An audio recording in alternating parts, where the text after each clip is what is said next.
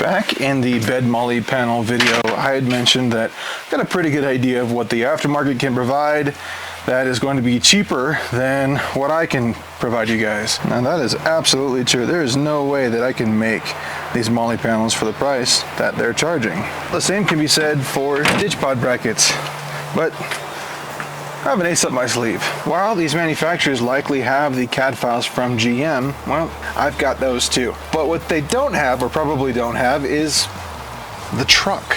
So I can test these parts live on the truck and determine whether or not they fit well, if there's any sorts of parts revisions. The cowl got changed, the side wings got changed because they kept falling off. I set out to design these ditch pod brackets to accommodate 3 issues that I found with the other set of brackets, not just these ones but other ones in the market that are very similar.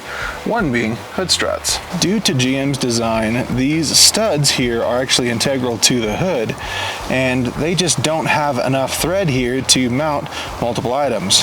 All of the aftermarket options for these ditch pod brackets have this sliding style mounting system, so you just kind of loosen the nuts and slide the bracket in. Well, this brings us to problem number 2, and that is hood alignment. GM is making on those studs and their adjustability to allow them to put the hood wherever they want on the assembly line. The second you loosen those nuts, you've lost its position. There's nothing really locking it into place except for the tension of those nuts. You remove them to install, I don't know, a ditch pod bracket, well, now your hood's misaligned. Just in preparing for this video, I have now successfully misaligned my hood. So really quickly, I'm going to get it as straight as I possibly can, get the gaps on the fenders nice and clean, and we will attach my double ditch pod brackets. 1 eternity later. That's not too bad. 1/8 of an inch all the way up. Nice and flush with the front here. Sorry for the wind noise, guys. It's kind of my only day to shoot this video, and I'll do my absolute best in post to make this as quiet a video as possible for you guys, but let's get my brackets installed. Initially, my solution to the hood strut issue was just to drill another hole, and that way we have a spot to mount our bracket that was provided from TechPico or Redline. That's great and all, but you still haven't addressed the hood alignment issue. The third issue was the dual ditch pod aspect of it. I wanted to run these smaller multi-function lights, and I could only mount one side by side, so I actually had to drill another hole. So that's 2 modifications that I had to do to a bracket that I already purchased in order to suit my application. So I came up with this. This is a dual ditch pod bracket. I have a provision for the hood struts. You will have to thread this yourself. What I want to do is give you guys the option to thread them. Just an 8mm 125 is what it's made for. Tap it, throw your bolt in.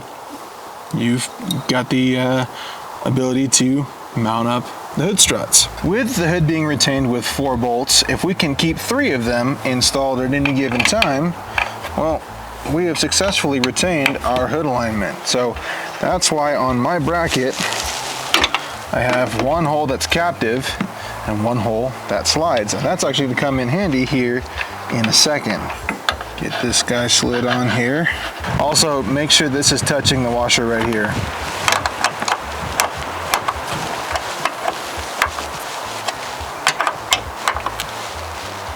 Got the rear bolt all snug down, and the front bolt is just barely, the washer there is just barely touching the ditch pod bracket. The reason this matters is that I don't want you guys to destroy your caulking there at the underside of the hood. Well, we've got this guy all snugged up. We can remove this guy real gently. All we gotta do is clear the bracket so that we can slide this into place.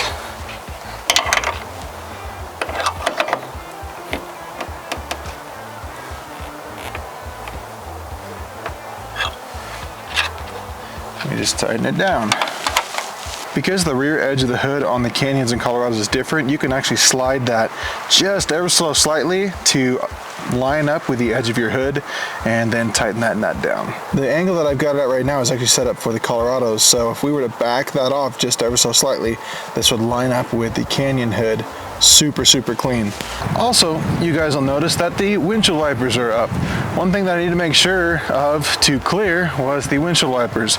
Granted, the opportunity for you guys to have the ditch light brackets installed and your hood up and your windshield wipers on is pretty remote, but I wanted to make sure that it'll clear completely. You guys will have to route the wires in such a way that they won't get touched by the windshield wipers, but we'll talk about that here in just a couple seconds when I throw my lights on. So to line this back up with the hood, we're just going to ever so slightly loosen this.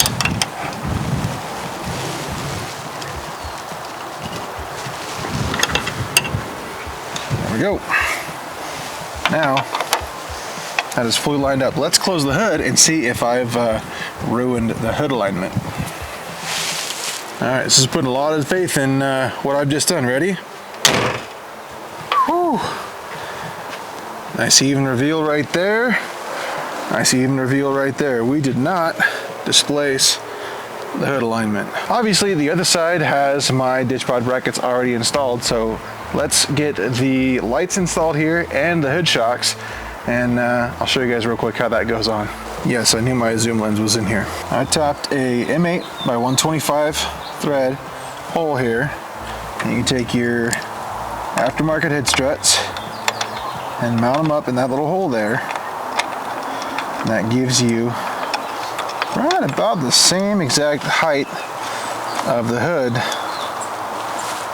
with the prop rod. Flat with the front here. Tighten that guy down and then just mount the strut up. Boom, there we go. Got both of our hood struts installed. It's just about as high as what the prop rod used to be. I've seen the lights you guys mount on these ditch pod brackets, and I can only assume that with this bracket sticking above the hood a couple inches, and then 4, 5, 6 inches of light on top of that, well, you're blocking your view quite a bit. That's why I went with these smaller lights. Keeping the lights lower, especially if you guys are running the bigger kind of LP4 or diode dynamics or whatnot, larger pods, you want to get those as low as possible to be able to see over them. You're going to get a little bit of spill on the hood, and you're going to get a little bit of shadow beyond the front of the truck here. Honestly, from what I've done with these lights, these little tiny cubes, if you mount them any higher, you're not going to have any issue. The spillage on the hood is going to be just the same as it were if the light was 2 or 3 inches taller. That's not that big a deal. Also, the shadowing is pretty minimal because your headlights and fog lights would light up that area anyway. Plus, the ditch pods, being ditch pods, you're going to have them off to the side of the hood instead of out the front. For a whole lot of reasons, the spill and shadow issues that I've seen you guys talk about really isn't that big of an issue. And even with me running these small pods, I don't mind it. I actually had to add these gland ends on the end of these and modify these quite significantly to seal and whatnot, but this is as low and as small as you're possibly going to get with these lights, and they still clear the windshield wipers just fine. Cable management was a big thing for me. I wanted to make sure that there was ample opportunity to keep those wires nice and clean and safe. The zip tie hole right here, you can go across the webbing here in the middle or pretty much really anywhere on the perimeter, and make sure that those wires for your lights, wherever they land, are going to clear the windshield wipers. Like I said a minute ago, there's really a low opportunity for you to have your windshield wipers on and your hood up. Otherwise, they won't ever contact at all. Just keep your wires out the way, you won't have an issue. I'm sure there's going to be somebody at some point that's going to have their windshield wipers on, need to have their hood up, and I'd hate for you guys to tear your lights or wires off of the back of your lights. There you guys go. Double ditch pod brackets and lights mounted. All I gotta do is route my wires up so that the windshield wipers don't hit them. Cables are nice and routed under there. Yes, I have different tow mirrors on the truck. I'll have the link to that video at the end of this one. I've got my side light facing this direction so I can see out my window here. This light on the inside is facing pretty much the corner of the hood here, so I get very minimal spillage on the hood. Let's go inside the truck and see how tall these guys are from the view of the driver's seat. Before we go inside the truck, I just wanted to make it clear that you guys don't have to mount 2 lights to these brackets. There's enough room that you can add like a WeBoost antenna, or maybe like a GMRS antenna. I don't know if anybody's still using TV radios, but you could definitely add some sort of an antenna there, probably on the passenger side, just so you don't block the view, all that fun stuff. Sky's the limit what you guys can mount on these brackets pretty much. It is so much quieter in here. Holy cow. So this is a view exactly with the camera in front of my face. The lights are actually lower just about than the hood, and I don't have any visibility. If you guys imagine your lights, it's gonna be right up here somewheres. That's 4, 5, 6 inches higher than these lights are. So now with these brackets, they're considerably lower. Same with the passenger side here. These lights are super low now. They're about 2 inches lower than the other brackets. If you guys can imagine the taller lights, that's gonna stick up way higher. For the simple fact that you guys can hear me, because it's not windy inside the truck, I'm gonna close the video here. I think these are better. I've had those Tech Pico brackets on this truck for about 1.5 years. It was one of the first mods that I did to the truck.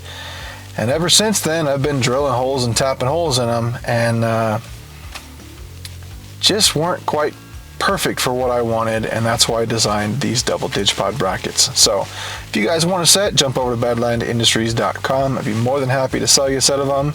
And check out the other products that we sell for the 23 Canyons and Colorados. The defrost vent for your switch panels, the dash grid behind your radio. I really like that. It's nice and low and inconspicuous, and you can mount all sorts of stuff. And it's powered. So got a lot of really cool stuff for the 3rd gen Colorados and Canyons. You guys are more than welcome to go check it out.